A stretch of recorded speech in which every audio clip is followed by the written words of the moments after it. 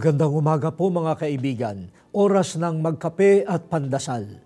Ito po si Cardinal Chito Tagle ng Manila. Pagdasalan po natin, kainin ang salita ng Diyos. Mahalaga ang pagkain para mabuhay.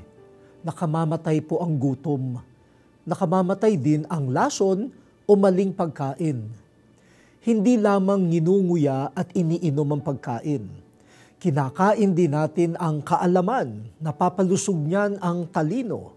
Kinakain din natin ang impormasyon, ang mga napapanood sa TV, naririnig na balita, ang bagong damit o gadgets na pinapakita sa tindahan.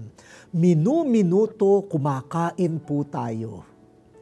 Huwag po nating kalimutang kainin ang salita ng Diyos.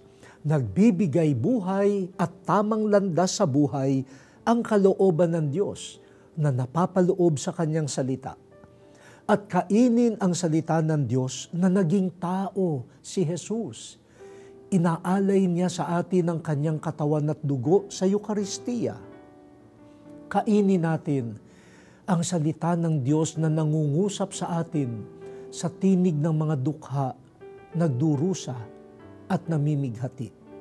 Sa lahat ng oras, kainin ang salita ng Diyos. O Diyos, mabuhay nawa kami sa iyong salita. Amen.